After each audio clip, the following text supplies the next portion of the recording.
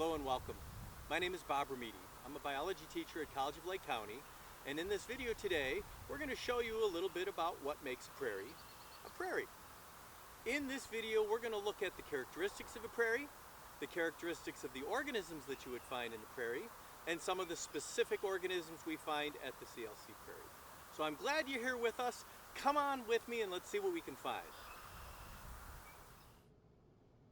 Before we start looking at the College of Lake County Prairie, it would be helpful for us to know a few characteristics of the prairie, and we're also going to look at a few of the characteristics of the particular prairie plants that we're going to see. So a prairie is a particular type of a biome. The word prairie is actually taken from the French word for meadow. Prairies tend to be relatively flat. They're made up mostly of herbaceous plants such as grasses and forbs, and we'll look at what these definitions are in a few moments. Prairies also tend to have good, thick, organic soil. After years and years of the prairie plants living and dying, their organic material builds up and it provides a very rich soil for supporting other prairie plants. Prairie soils are also very good for croplands, and that's why much of the Midwest is good for growing crops because they're prairie soils. And here's a picture of a midgrass prairie that I took from a family trip to South Dakota a few years ago. Notice on the left we have a fence post for scale, and the prairie just seems to go on and on and on off into the distance.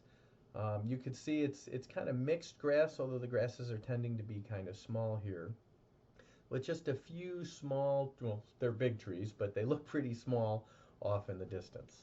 It's mainly herbaceous plants. In addition, prairies tend to have moderate temperatures and moderate rainfall.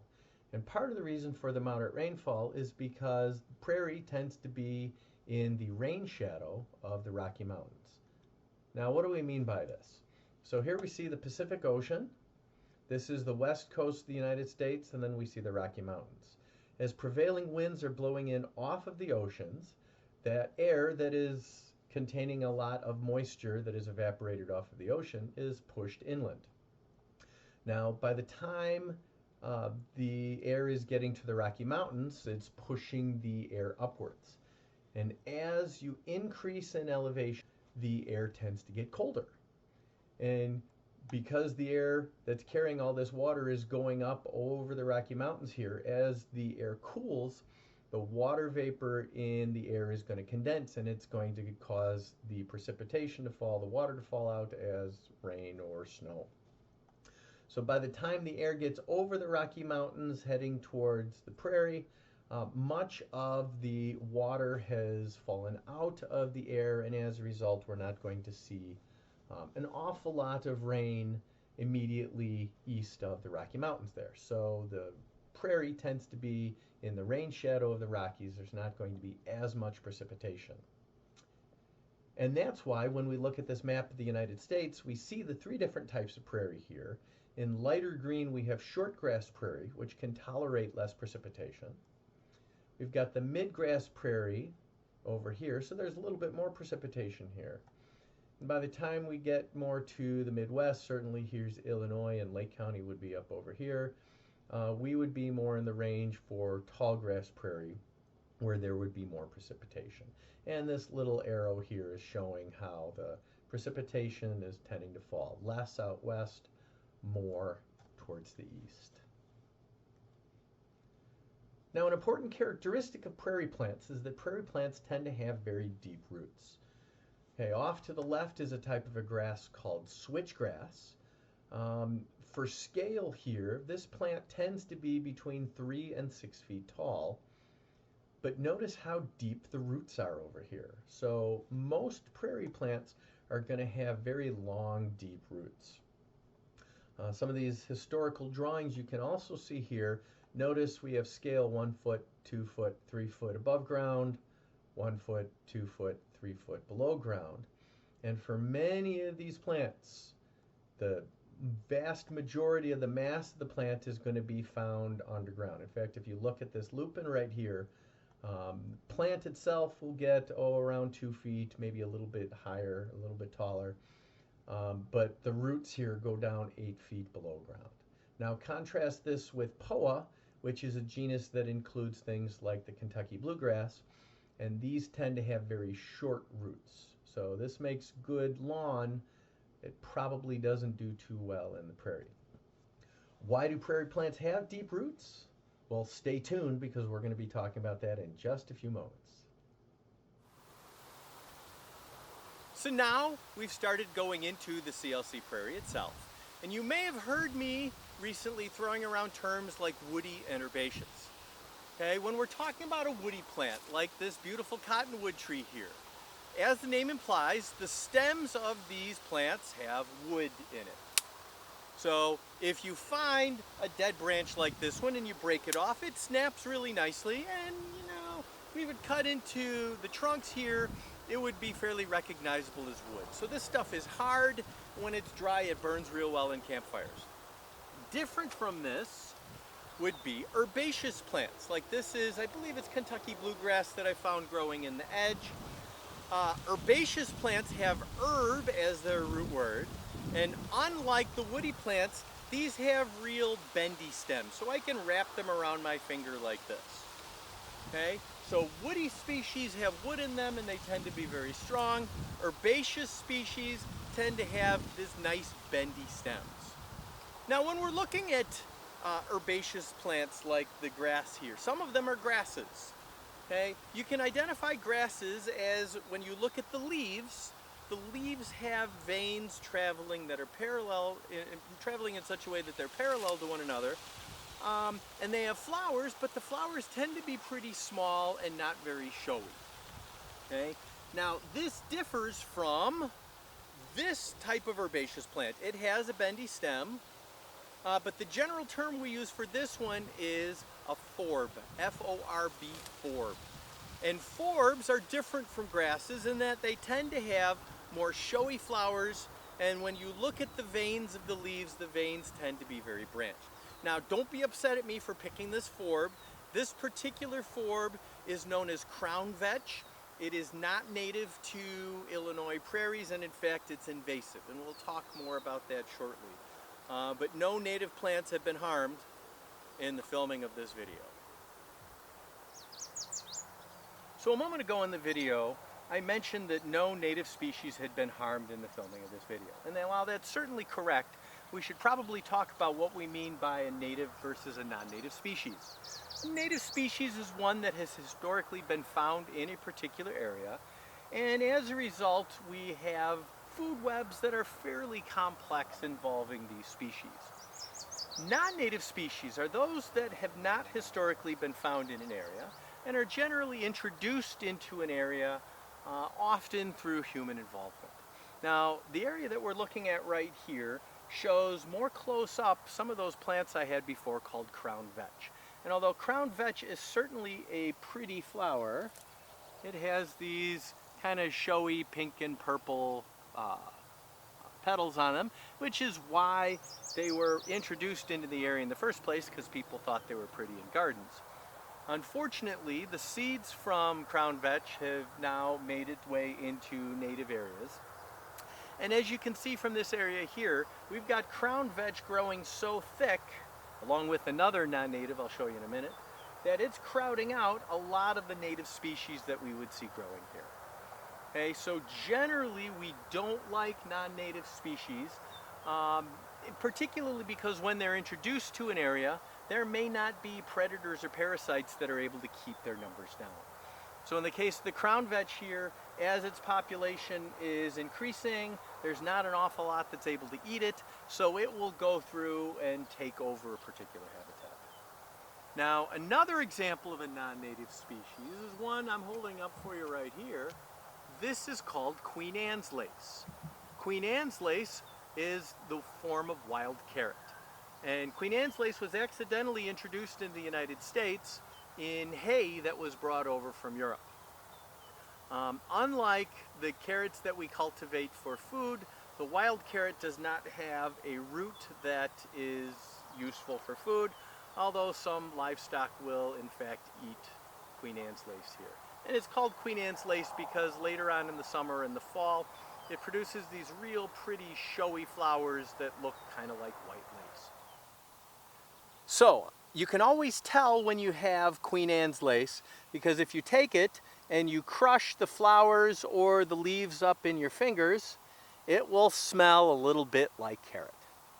And I want to point out to everybody again, it's okay to pull up non-native species like the Queen Anne's lace or the crown vetch.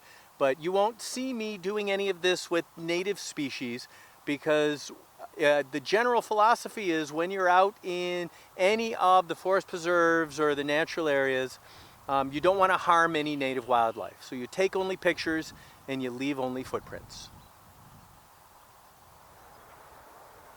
So I'm standing here in the CLC Prairie. And a question I have for you is if a prairie is made up primarily of herbaceous plants, why doesn't succession cause it to turn into a forest, kind of like the forest that you see in the background? We gave you a hint a little earlier about the fact that prairie plants tend to have really deep roots. And there's two main reasons. Part of it is precipitation, but at this point, the most important factor that's going to keep a prairie is fire. A fire, when it comes along, it's going to burn everything that's above the ground. Woody species that tend to grow from the tips of the stems, tips of the plant, if that material gets burned away, the tree is going to die. If it's an herbaceous plant that is not evolved to living in a prairie, it is also, when it burns, going to die completely. But there's two very important principles that prairie plants have that will allow them to survive fire. Number one is what we already saw, they have very long roots. And the fact that a lot of the mass is below the ground, when fire comes along, it's going to burn away everything that's above ground, but there's a lot of mass, there's a lot of energy stored in those root systems, the plant's going to be able to grow back.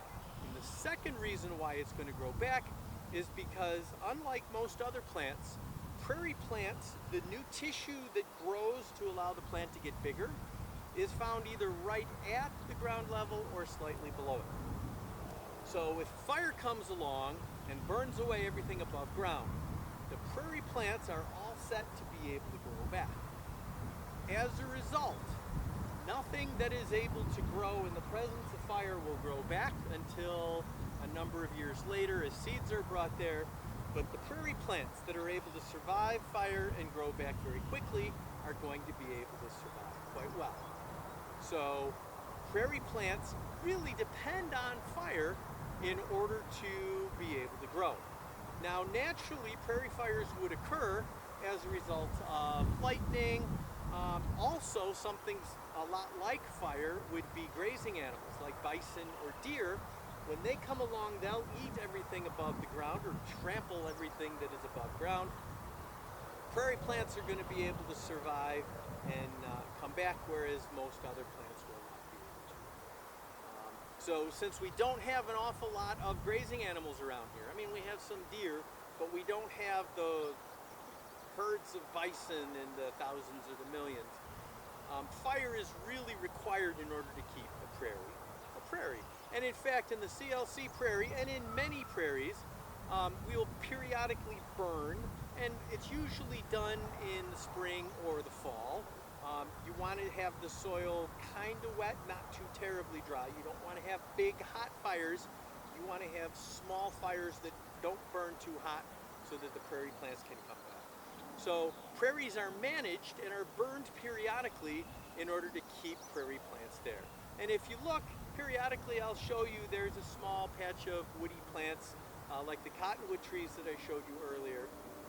That's a sign that the area hasn't been burned recently, and if it's managed properly, it will be burned pretty shortly. Well, look who's joining me in the prairie. This is a little male deer. You can see he's got these little velvety antlers on that will continue to grow throughout the spring and the summer. And in the fall, the velvet will come off of it, and he'll have those regular antlers. I apologize if this is a little shaky. I am holding my camera by hand. He literally came up to me as I was packing up my gear to find a new place to shoot.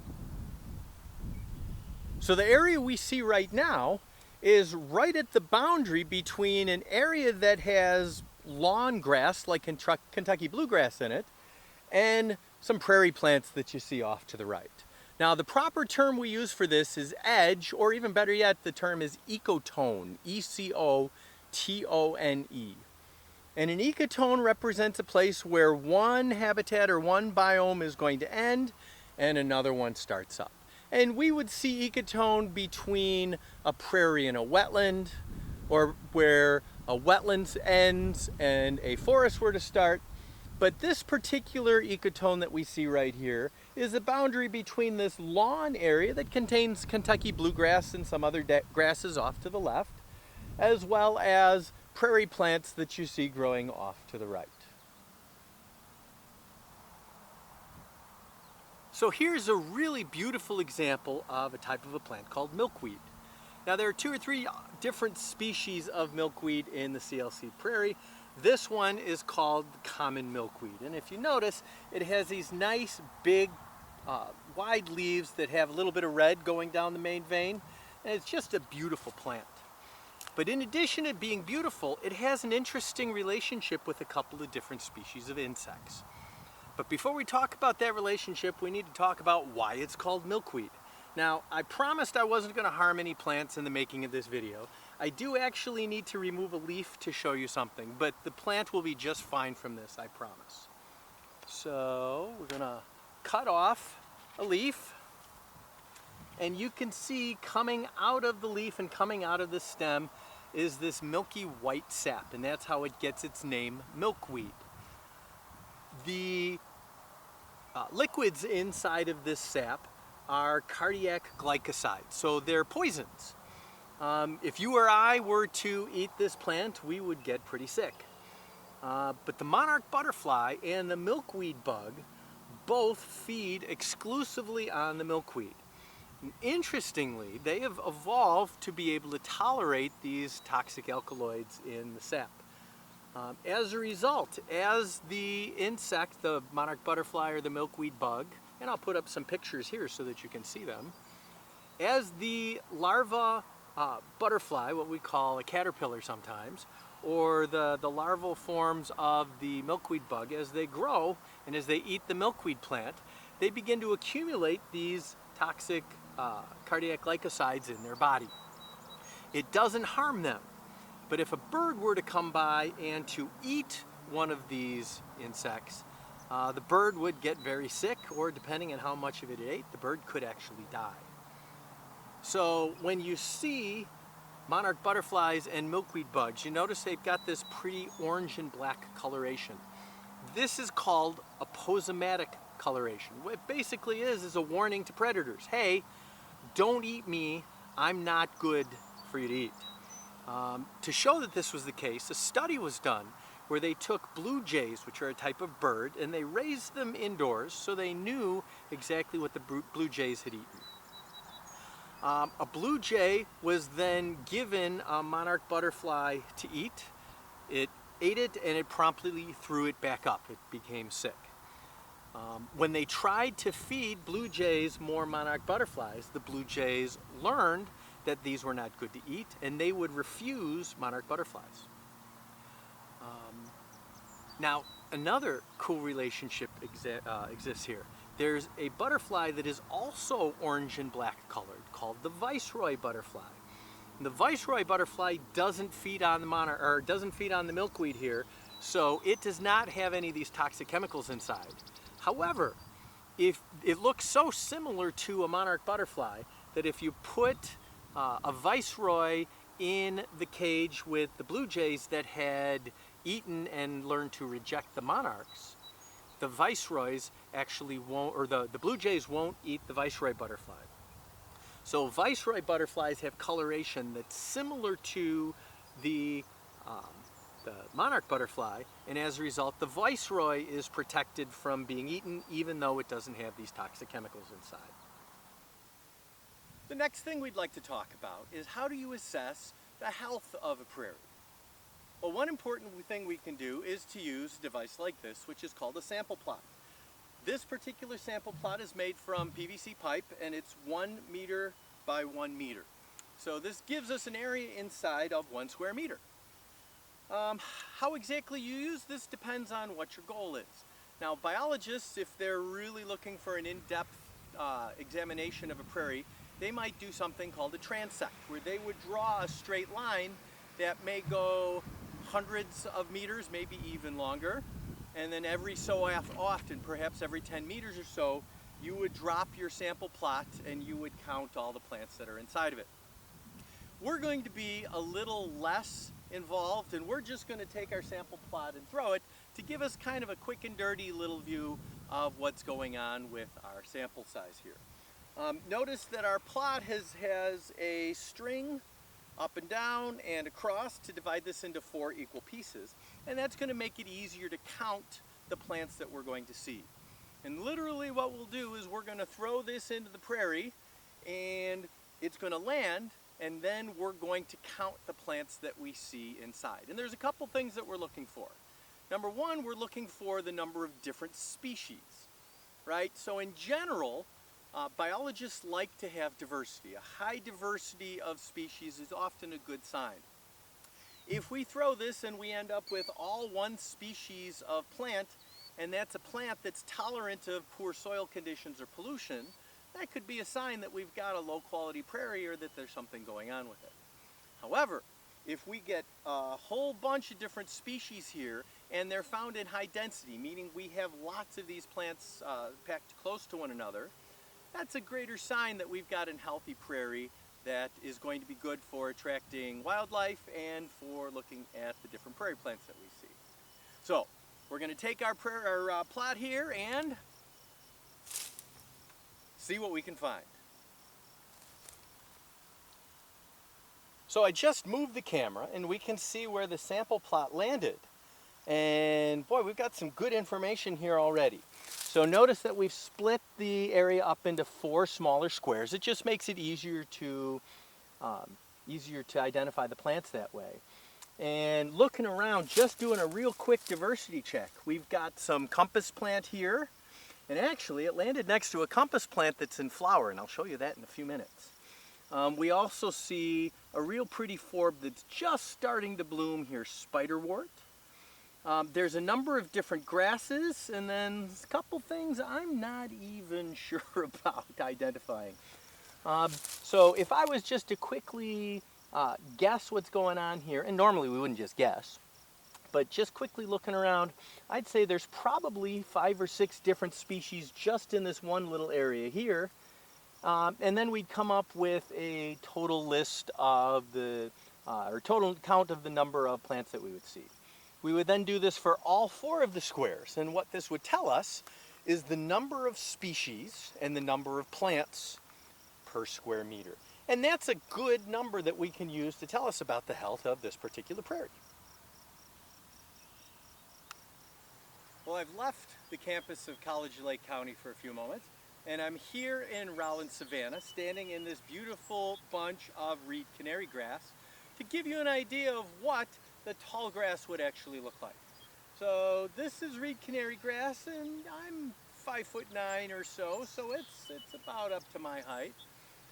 Other species of grass like big blue stem would be 7, sometimes 8 feet tall. So standing in a prairie full of tall grasses, you could literally get lost.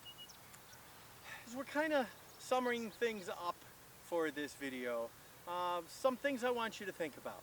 At one time, prairies in the United States made up hundreds of thousands or millions of acres. Okay? We're down in the country to less than 10% of that.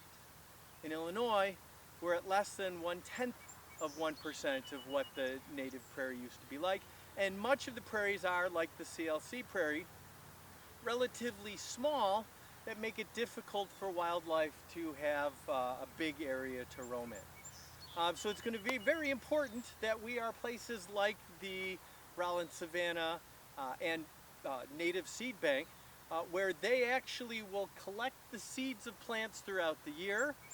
They will grow them, and then they will use them in Rowland Savannah and in prairies all over Lake County to help make sure that we keep our number of species up and that we're allowing our diversity of the genetics of these plants to stay as high as possible. Okay, thank you for your time. I hope you've enjoyed our little foray into the prairie. Please stay tuned because there's going to be a slideshow of prairie organisms that you'll be watching after this. Thanks so much, and we'll see you around.